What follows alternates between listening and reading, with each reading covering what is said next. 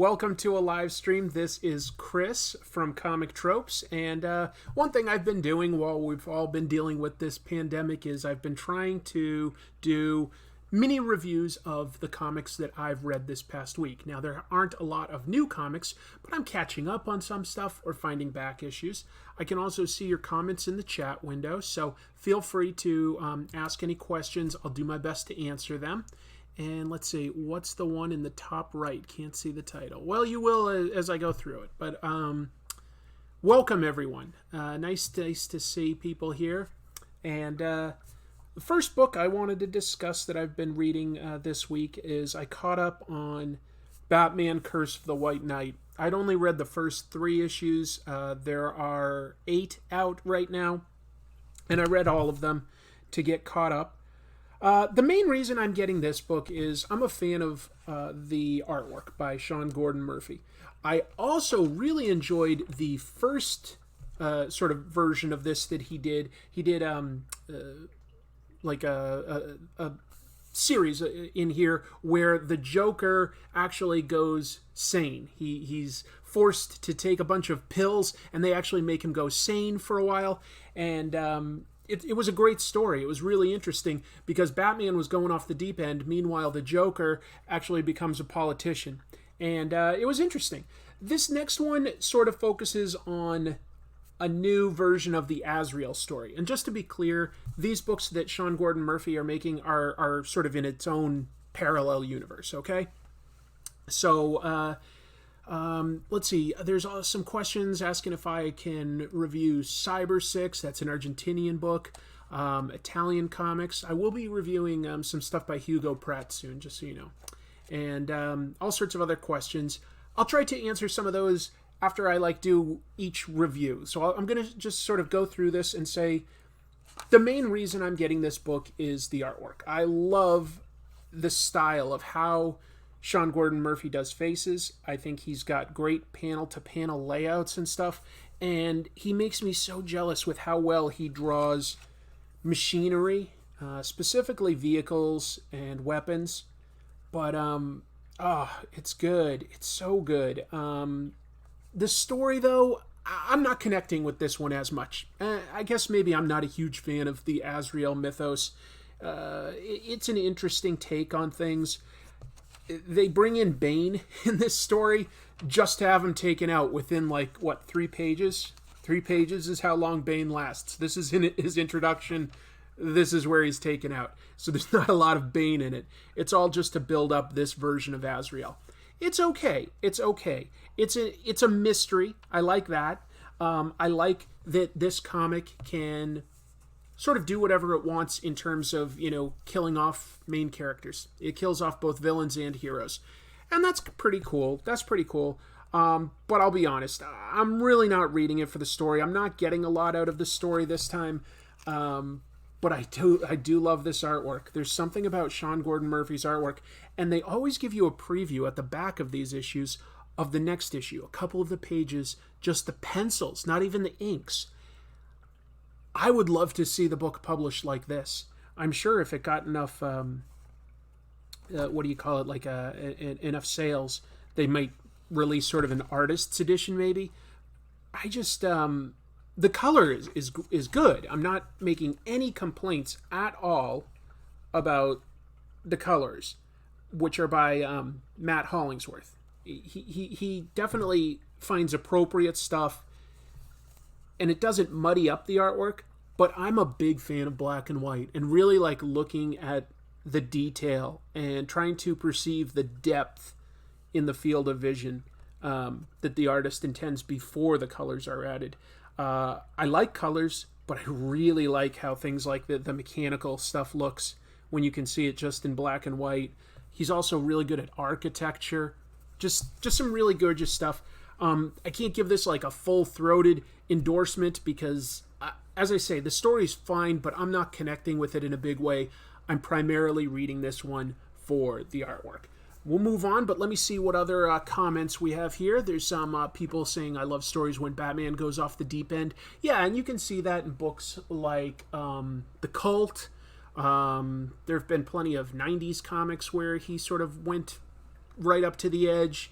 He's pretty extreme in Arkham Asylum, but he's at his most extreme in Batman White Knight and Batman Curse of the White Knight. So it's all right. Let's see.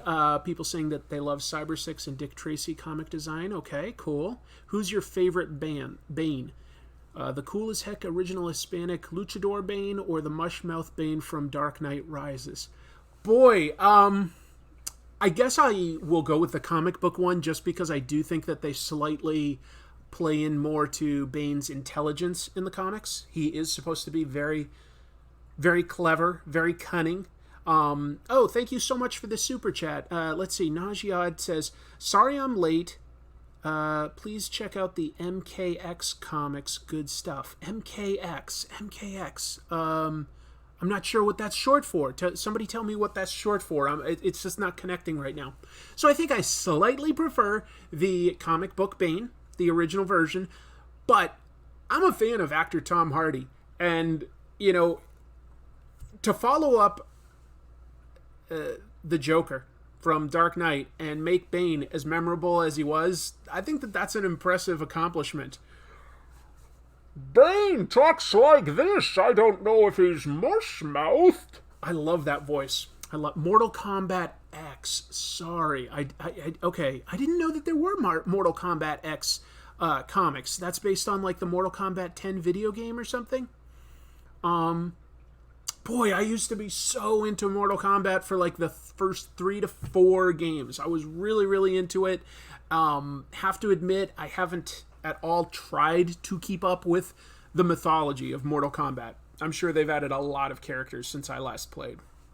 Let's see. What's your favorite DC story that takes place in another universe? That's not an easy question because things like Kingdom Come would be way up there, but I think New Frontier by Darwin Cook might get the edge. But certainly, something like Dark Knight Returns is really important. There's all sorts of really great alternative stories. There's Elseworld stories that are great, like Gotham by Gaslight or The Nail. Really good stories. But I think ultimately I'd go with New Frontier by Darwin Cook. It's a very hopeful story, and I really like that. So the next book I read this week, and then I'll take some more questions. But the next book was Volume 2 of Ice Cream Man. This is a horror comic that Image Comics publishes by writer W. Maxwell Prince.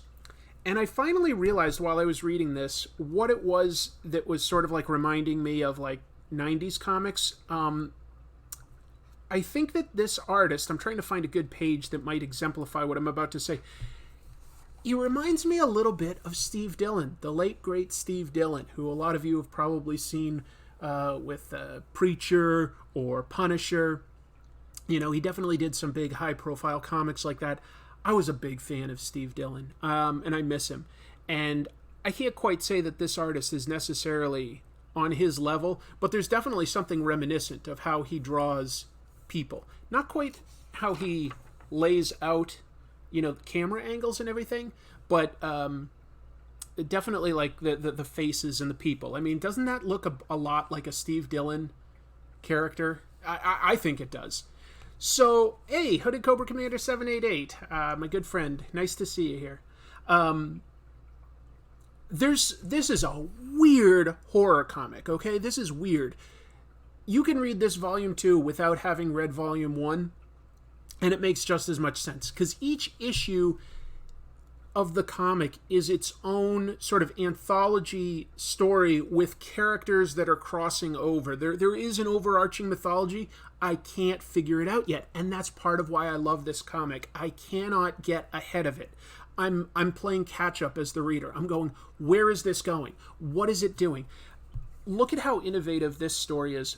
This guy gets a Neapolitan ice cream, right? The 3 flavors. And by pages like 3 or 4 or something, all of a sudden it gives 3 potential storylines of what he goes through. It's a completely silent comic, this issue. I mean, there's some sound effects and stuff, but there's no dialogue. And it shows 3 different paths his life could take, like, meeting a woman, finding a puppy with a damaged leg, and just a bizarre, weird one where things get surreal and he finds bugs in his ice cream and he has like a bird growing in his chest. The imagery in this stuff is so disturbingly creepy, guys. There's a story here where a girl thinks she sees her dead friend as a ghost, and her parents worry that she has schizophrenia, and it goes to some... Every issue goes to some incredibly dark places, and you have to be okay with, like, gory imagery, because this is definitely an intense book. There's this one where two ambulance drivers are just driving around all night. Things are going crazy in the city. They're ignoring all of it because they're into just stealing and popping whatever pills that they can find. They're constantly rating them and talking to each other about the side effects, and they have this, big philosophical discussion about the meaning of life and stuff and who they are as people, meanwhile completely ignoring all sorts of grisly problems that they should have stopped to help for. It's so trippy. This comic is surreal. Look, here they are, like, sort of tripping out on the drugs, while some people in the bar are bragging to each other about how good they are at stabbing a fork into their hand. What is that about? This is a weird horror comic. If you like horror comics, you're gonna like this. If you like a comic that offers you something different, because this is not gonna, be an experience like reading any kind of a Batman or Spider-Man comic. It's utterly different. This is a weird story, and I'm loving it because I can't guess where it's going. So every issue is a pleasant surprise, and it has me thinking, like, oh, what are they trying to say? Does any of the overarching mythology, like with characters, connect yet? Like, am I figuring it out? So it really has me thinking very hard. And this one gets probably out of everything I read this week, this gets my strongest recommendation. But I know it's not going to be for everyone, because it's horror. Let me take another quick look at what we've got going on in the chat room, and then I'll move on to the next comic. Let's see. Okay, somebody saying, can't wait to try it. Good. Hello from the Philippines. Awesome. Let's see. Hoodie Coco has a fan in here talking to him. Nice. Let's see. Okay, and Alberto is also enjoying Ice Cream Man. Favorite Dick Tracy villain? Probably going to go with the sort of cliche Flat Top. He was definitely like a big challenge. There's some weirder ones that are funny, but Flat Top gave him the biggest challenge, stayed a little bit longer than most of the rest, and then had like various family members continue to come after Tracy. Yeah, it does look a lot like Dylan's art. Okay, thank you. I thought so. Do you like John Romita? He's art.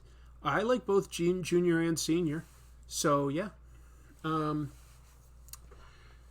This next book I got was just a weird one, obviously. Star Trek X-Men. It's a pretty weird crossover. The reason I got this is one of my local comic book stores is a place called Atomic Comics in Tacoma, Washington. It's one that I like going to. It's not necessarily that close to me anymore, but I want to support them during these tough times. They have a great idea. They do a weekly live stream show on their Facebook page.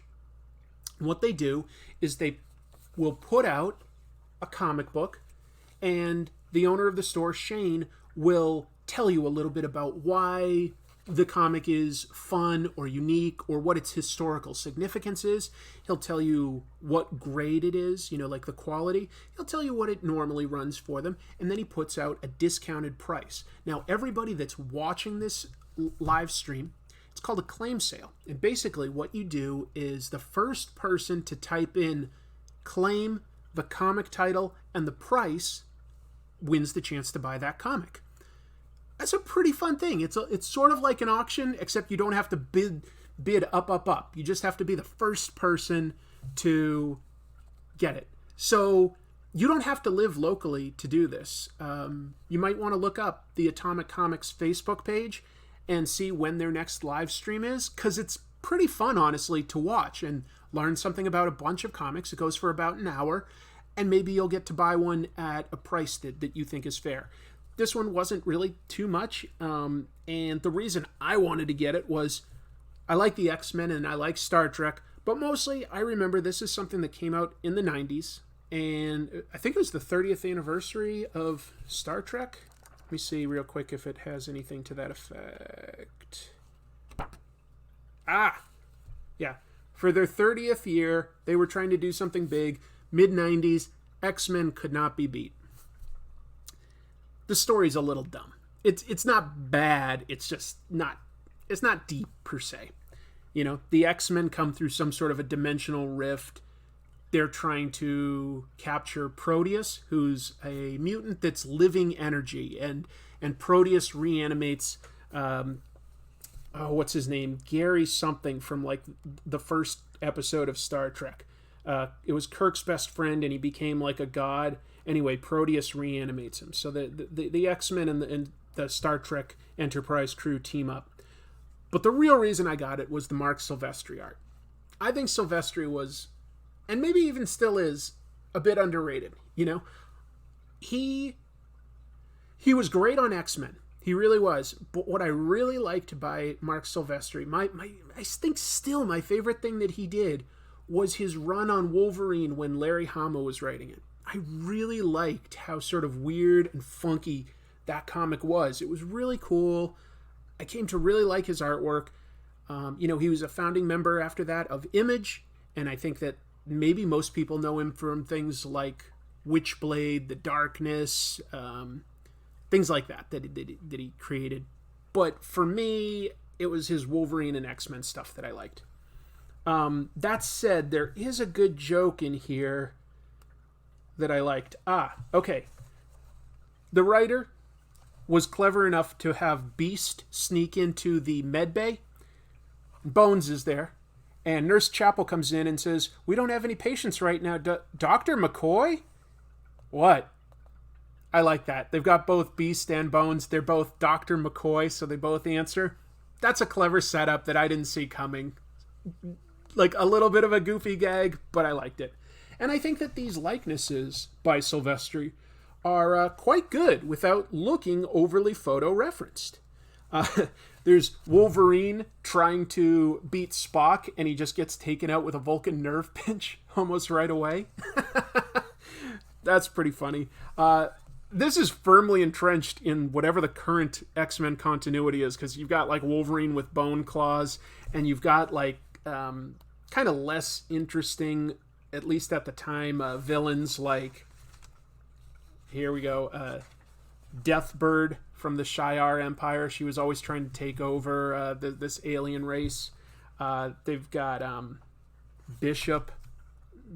This is not a time when Bishop was really that popular, to be honest. Here's the disappointment. After about like 20-some pages, right, I'm enjoying this artwork. All of a sudden I realized that the artwork got kind of bad. And I'm going, wait a minute, like what happened? This isn't just a different inker. Like honestly, like the second half of this book does not look that great. It's still kind of fun, but I look inside and Marc Silvestri drew the first 21 pages. Then Billy Tan drew a couple. I'm not a big fan of Billy Tan, I have to admit. I don't even know who Anthony Wynn was, and David Finch did a single page. And then a ton of different inkers and ink assists. Like, what? This is just one issue. Presumably they'd set this deal up with Paramount and Paramount and Marvel in advance, but it's like no one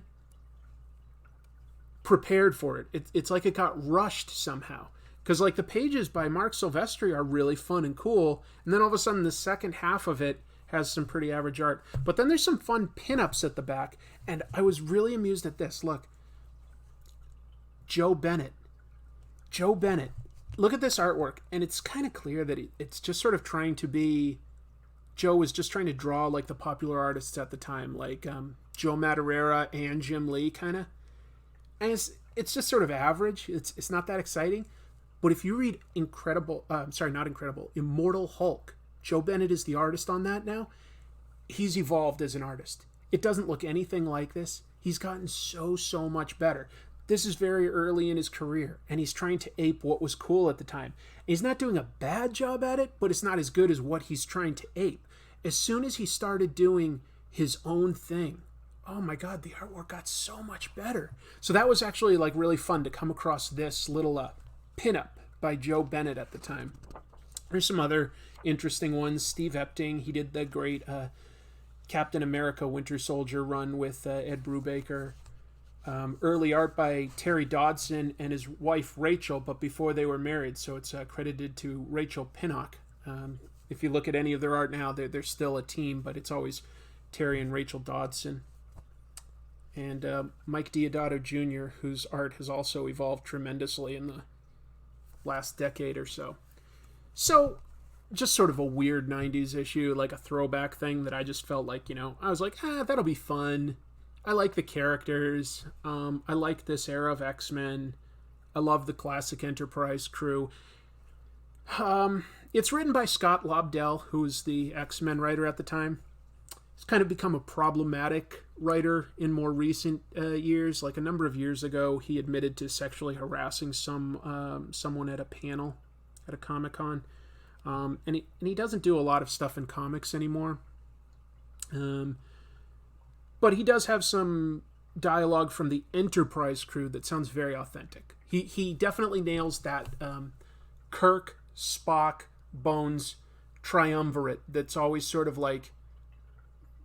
It's basically like Spock and Bones at their best are sort of like, two different viewpoints on each of Kirk's shoulders, and he weighs which one makes more sense, and they have like a really interesting dynamic. When it's done well, I love that triumvirate, and that is done well. So this was fun.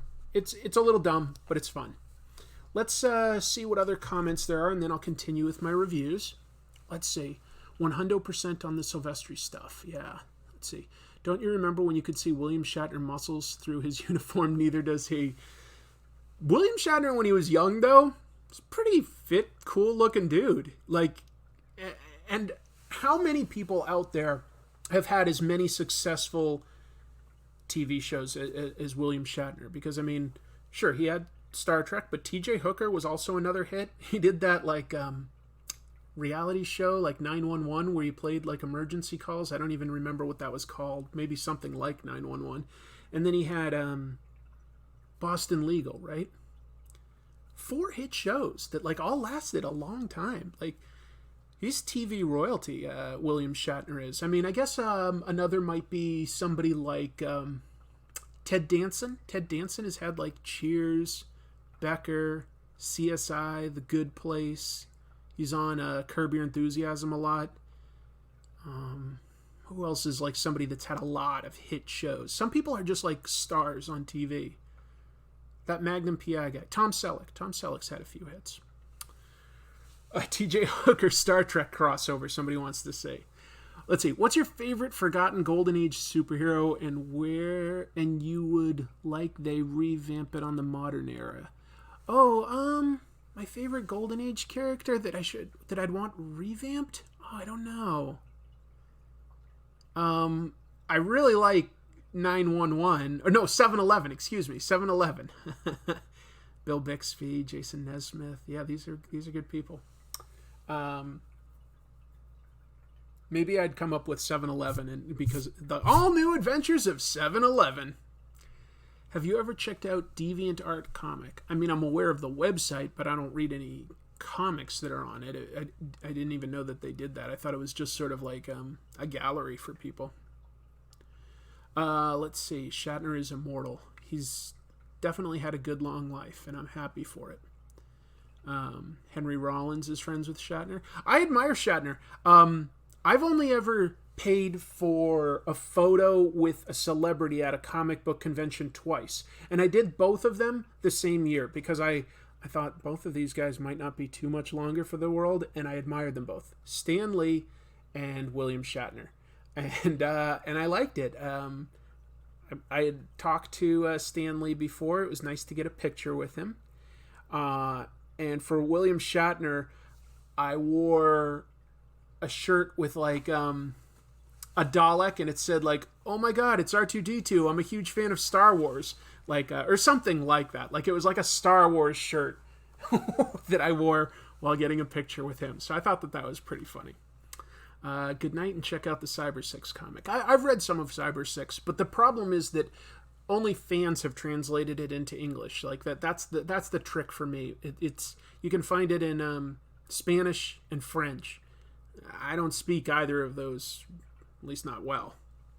So that's the trick. Is there's no American translation in English of Cyber 6.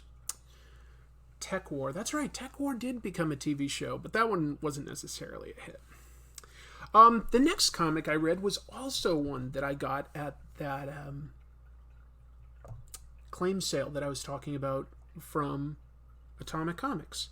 And this one was definitely going for a lot more. In fact, I'm like almost nervous to touch this one much outside of its sleeve. Batman #1 from the New 52 era. So back in, was this 2011? Must have been 2011. I never read the New 52 Batman. That was actually, like, I'd been reading Batman since like the late 80s. When New 52 came around, I started phasing out a bunch of comics. It wasn't just DC. I just was taking a little bit more of a break. Not completely, but a lot. So I hadn't read this. But it's very popular. And this book wasn't really cheap, actually. But I figured it's supporting a good cause, and I was curious to read it. It's interesting. I've only read this first issue. Capullo's art, I knew what to expect. I've always liked his artwork. Not necessarily like a humongous fan of his work on Spawn, because I never really connected with that story too much. I sort of, somewhere around like issue 100, I got out of Spawn. That was still like in the 90s. But I loved Capullo when he was just starting out. Like at Marvel, he was doing stuff like fill-in issues of X-Force. He did a run on Quasar that I was really impressed with. I was like, oh, this guy's got like really good fundamentals, and yet he can do some funny sort of like cartoony faces, and it's appropriate. This is a good comic. It starts out with Bruce Wayne pitching an idea for a Gotham City of the future, where he's going to put his money where his mouth is and invest in a lot of infrastructure, trying to get to like that. And he just gives a pitch where, he's talking about a Gotham of the future. Okay, cool. Meanwhile, he comes across a mystery that the police have him come investigate, where a guy has been slowly stabbed to death but hit no major arteries, so it took him a long time to die. And yet Batman figures out by his sense of smell and stuff that the villain left a message in linseed oil on the wall. So he ignites it and says, Bruce Wayne will die tomorrow. Well, this guy has been like, how did this guy know when he would be found so that the warning would be timed right?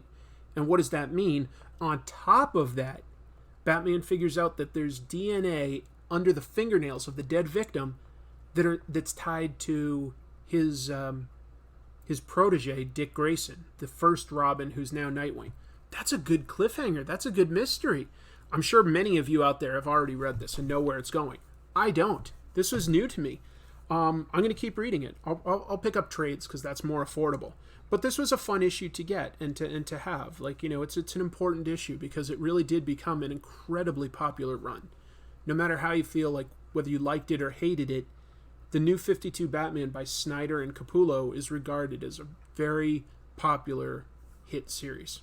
So, that was an interesting discovery for me. Let's see. I'll take another look at some of the comments here. Best part of the comic is the Lego Yoda ad. I don't know if I agree with that. I'm what you call a millennial comic collector with a hipster noob look at the industry. Well, I think you'll like the next episode I do because it's about a very young, up-and-coming writer in comics. So my next episode is about more modern stuff. Snyder and Capullo are awesome. Yeah, it seems like a lot of people loved that team. Somebody's saying that it was some of the best stuff to come from New 52 I caught. Okay, so a lot of people liked it. That's awesome. That's really, really cool. I'd always heard about it. I just, when I started hearing how good it was, I'd already stopped reading it, and I didn't at the time necessarily want to go back. But now that I know I could sort of read a complete arc by a creative team, that essentially, as much as you can for a serialized comic, have a beginning, middle, and end, I'm much more interested in finishing it. Am I still inking War Machine? Yeah, I'm working on a War Machine when I have time.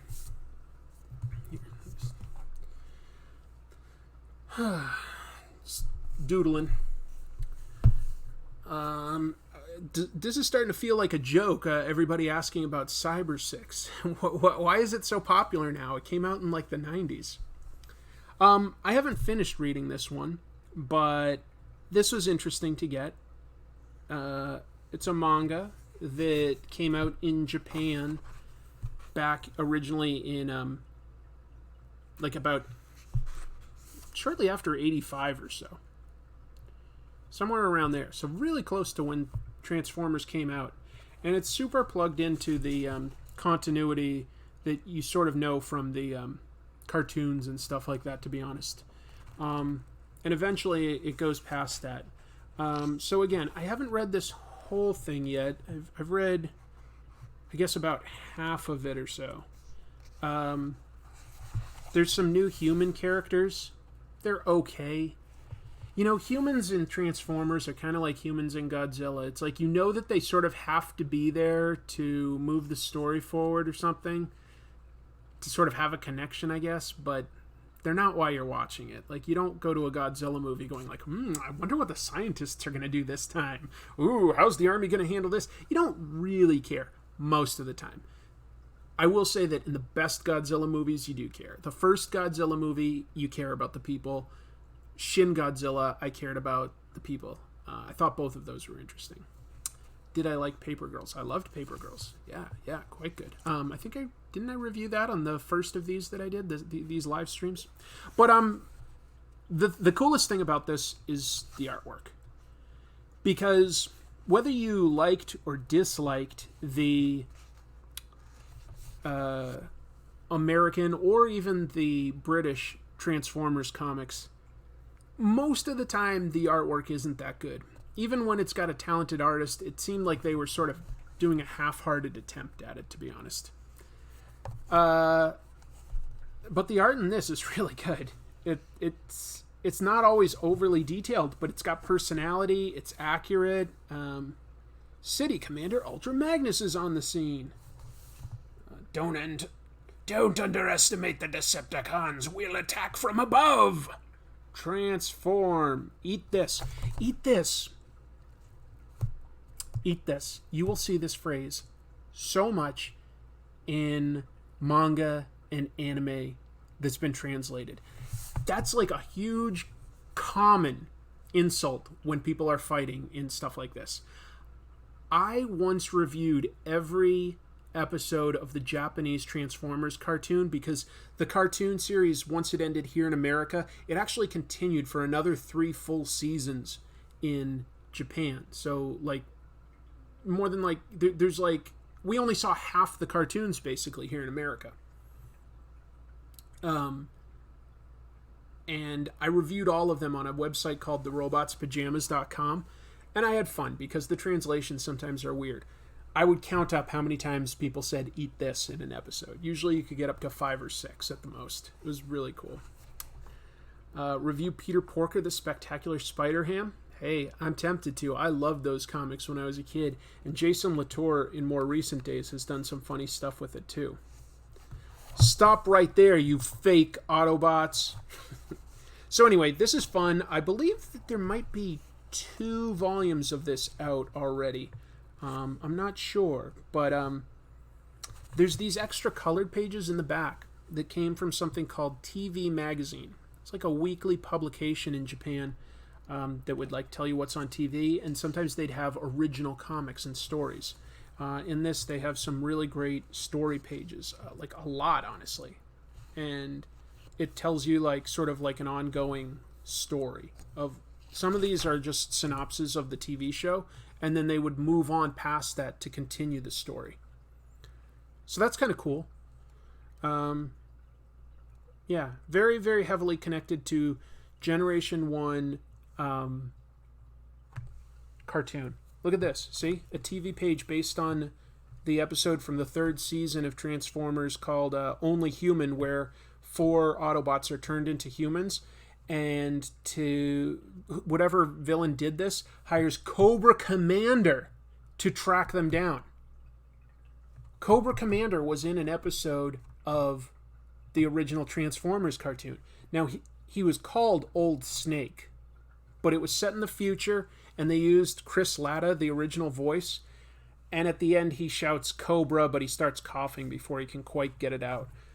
But it's very obviously Cobra Commander. I mean, he's got the metallic faceplate, and he's got the same voice. So anyway, that was kind of cool to see. Do I recommend this? If you were a huge fan of the original Transformers, this is going to be very nostalgic to you. That's the main reason I got this. I wouldn't necessarily call this something to run out and get if you aren't into Transformers already. But if you are into Transformers already, you're going to enjoy this. It's more like Transformers from back then. This was like made in the late 80s, mid to late 80s and stuff. So this is, I mean, where can you find more original material that was made back then? This is it. So that's pretty cool. That's pretty cool. Can we get a Cobra Commander impression? Can we get a Cobra Commander impression? Destro, you bungling idiot. Marry me. G.I. Joe will never marry me. Destro, you have to. All right. The last thing I have to talk about this week that I've read a little bit more of, not the full thing, is Berserk. A lot of people have asked me to read Berserk. This is a big volume. At the same time, this is only about like 3 tankobon worth, like, 100 chapters or so.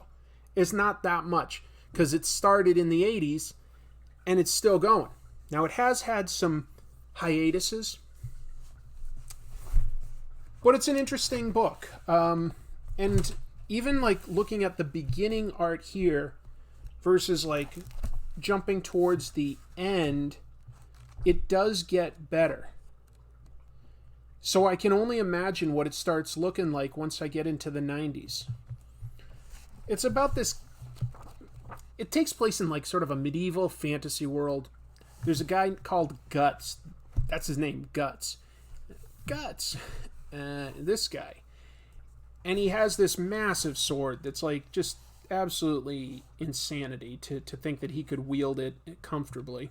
He also has a crossbow on his arm that he can like wind and like shoot tons of arrows almost like a gun. So he's way ahead of his time. It's an anachronism.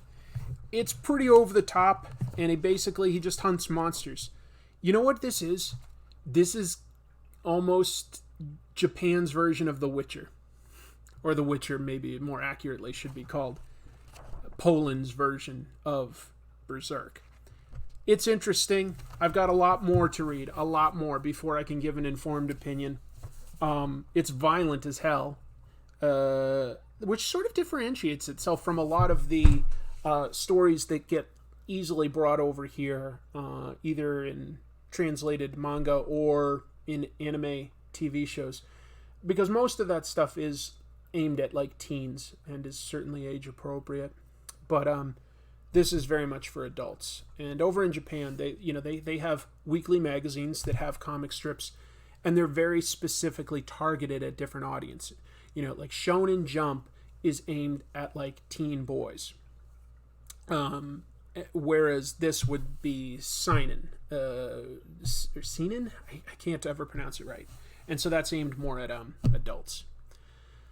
Let's see. So that's what I've read this week, which isn't a ton, I admit. Not a ton. But keep in mind, this is all sort of technically old stuff because there ain't nothing new coming out right now. But apparently, DC and Marvel have both announced plans to have stuff start coming out soon. Somehow Diamond is back up and running to a degree. They're the distributors. So we'll be getting some comics again soon. It'll be curious to see what changes, if any, happen with distribution and stuff. Let's see. Some comments in here.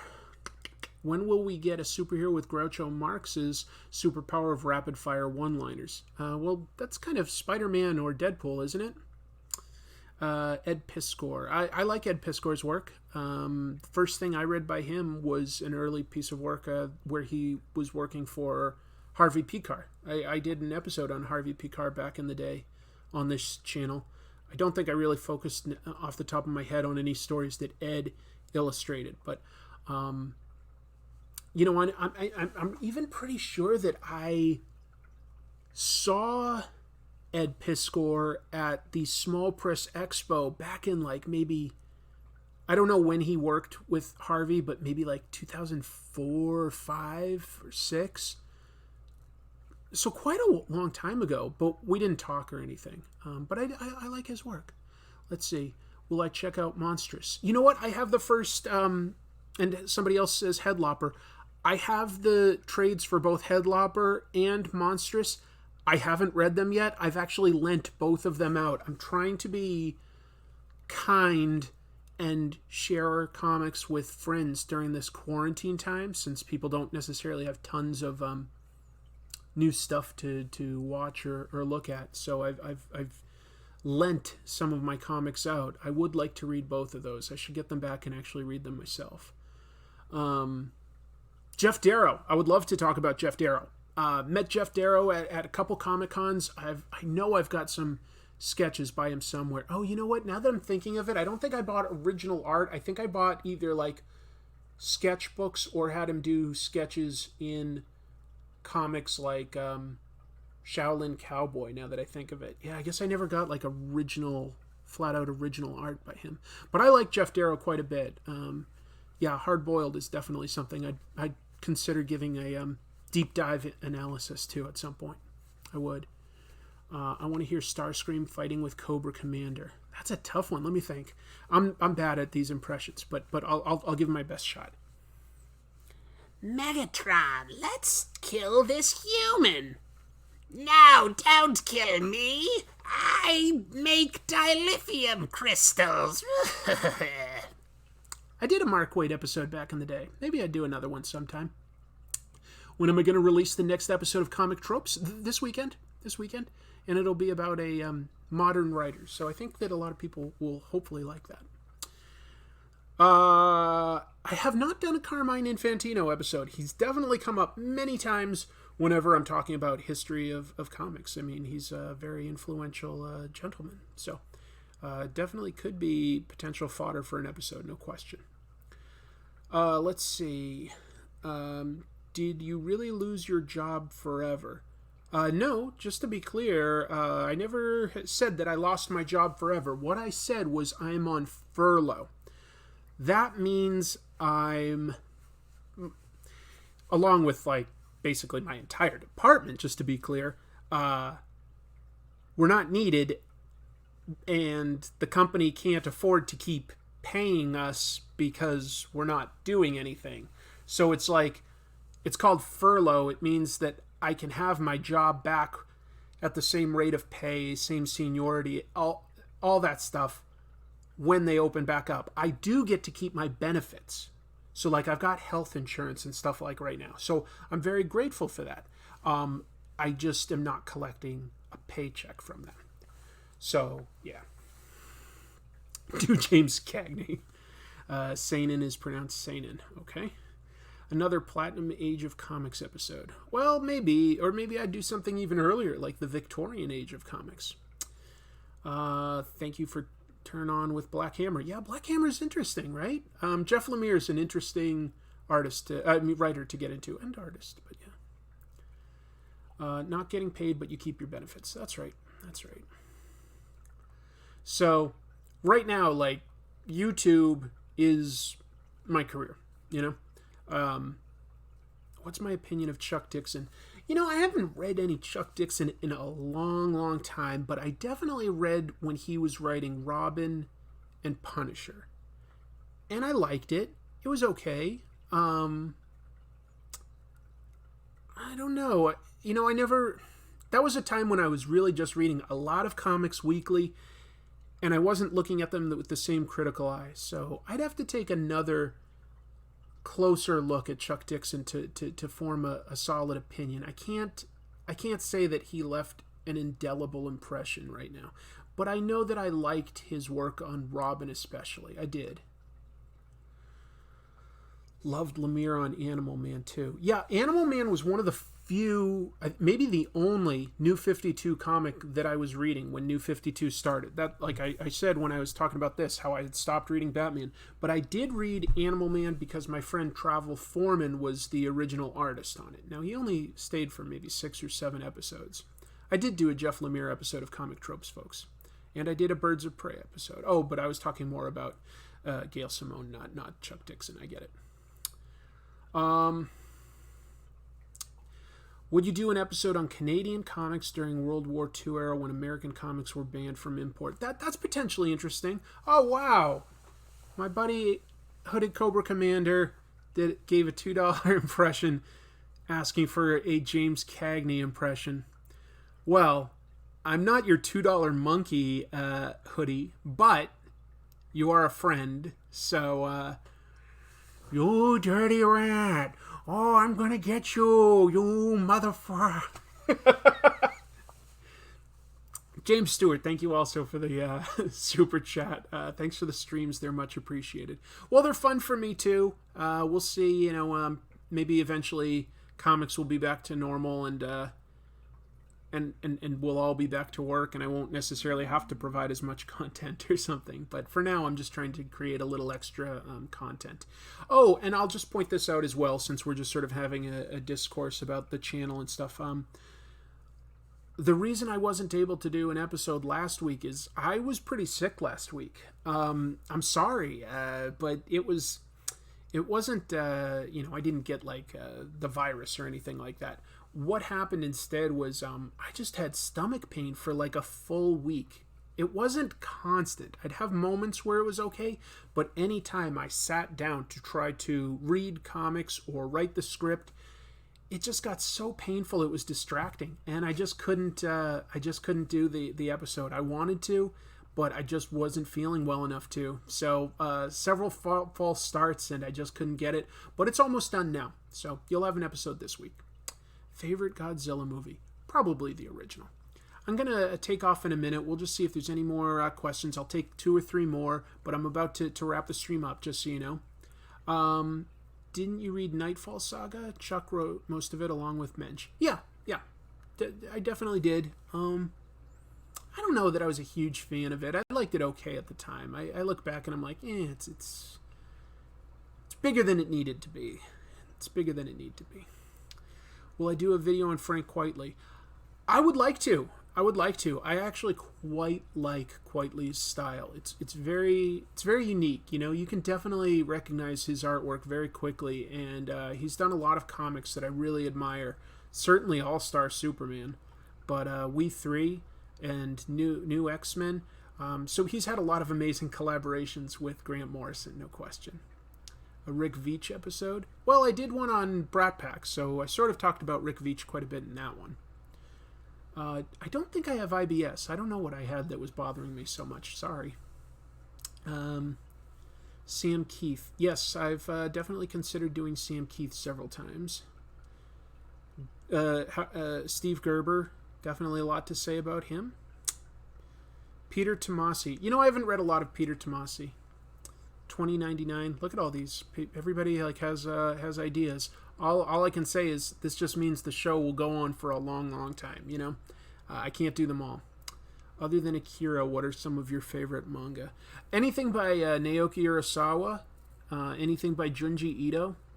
So I like both horror and sort of like epic dramas and stuff. But some of my favorite would definitely be Pluto, Monster, 20th Century Boys. These days I really do enjoy My Hero Academia. Comic Tropes is what all comic channels ought to aspire to. Well, thank you. Matt Draper is on another level, though. Oh, so Matt Draper's better than me. Okay. Noted. Feeling better depression-wise, buddy. I have good days and bad. I'll put it that way. I have good days and bad days. James O'Barr, I will definitely discuss James O'Barr from pretty bad depression. But I do what I can to manage it, you know. Things that help are keeping busy, which is why I do my show. That's part of it. Socializing. That's a tough one right now. That's a tough one. But I've got these live streams. I talk with a lot of my friends, you know, online constantly right now. It's not the same as in person. It's just not. And one thing I've been doing for myself is I've been going on walks every day. Just like, not like, you know, in public busy areas, of course. I'm being smart. But I'm up to like doing about like 2 miles a day. And so I think that's helping me. You know, I'm getting sunshine, I'm getting fresh air, and I'm getting exercise. So I'm trying to take care of myself. Exercise and socialization, keeping busy, those are all things that help me. Eating right helps, but I'm already trying to eat right. And I'm doing, I think, a pretty good job. I've definitely lost some weight during this self-imposed quarantine. Oh wow, another super chat, not even a question. Cigarette Juice Man. Thank you, Cigarette Juice Man. I like your name, that's funny. So anyway, that's a lot to talk about. That's just me. Most people are probably just tuning in to see, oh, okay, like what are your reviews on these comics? Berserk, curious to read more. Transformers, you'll enjoy it if you're already a fan of G1 stuff, because it gives you more. It's about the only way, but it is good art. Ice Cream Man gets a strong recommend from me, but you have to like horror. It's an anthology, so you can jump in anywhere. Batman, I get why people liked it. I hadn't read it before. I will read the Snyder Capullo arc now. I'm very curious. Star Trek X-Men, dumb but fun. Fun because of the Mark Silvestri art, but halfway through, a bunch of jobbers take over. Not amazing. And finally, I read Batman Curse of the White Knight. I read issues 4 through 8.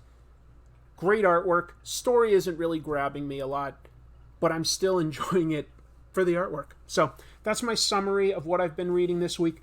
Minus I read a lot for the episode that I'm going to do next, but you'll see what that is when you see the episode. I sort of left that aside. So I'm going to take off now. I really appreciate everybody being in the chat. Thank you also for the super chats. And, you know, if you are in a position where you could donate even $1 on my Patreon, I'd be super grateful. But just something to think about. Thank you so much for joining me. I will try to be here next week with some more reviews. But in the meantime, take a look on the channel this weekend, and there will be a new episode. Thanks for watching, everybody. Keep reading comics. Take care. Be safe.